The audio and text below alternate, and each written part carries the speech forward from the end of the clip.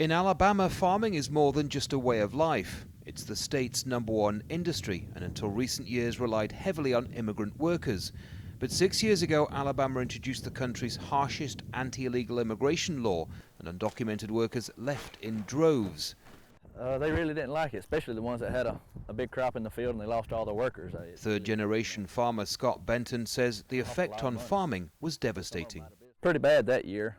Like I said, a lot of people left, and all the workers left, and people were, all they had the crops out there ready to harvest, so they didn't have anybody to pick them. So a lot of farms lost their whole crop and went out of business because they lost all their money.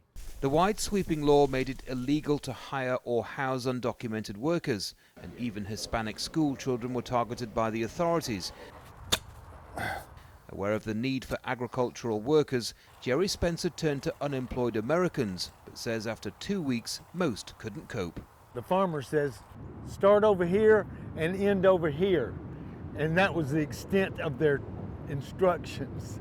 With the American workers, they all had to be taught all this and separate, and in addition to the fact that their bodies just were not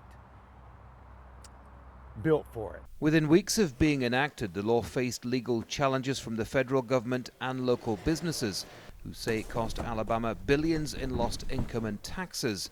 Some of the thousands of Latinos who fled the state have begun to return. There you go. You have a blessed day, okay? All right. But for many business owners, the law has left a bitter taste. You have to have a plan set up for that to take place. It's no different than the bills, healthcare bill and stuff like that. Nothing can be replaced unless you really have a long set up process for the next thing to take hold. You can't just say, hey, I'm going to get rid of these people and then look at the farmers that are left without workers. For a brief period, Alabama's anti-immigration law was the harshest and most far-reaching in the country. But even here, in a state that President Trump won easily, it proved deeply unpopular. In the 6 years since this law was put into place, it's become fairly clear that agriculture, businesses and even church services have been impacted. So if there is a lesson to be learnt here in Alabama, it's that these kinds of laws aren't just hard to put into place, they're also hard to enforce without affecting the wider community. Andy Gallagher, Al Jazeera, Clanton, Alabama.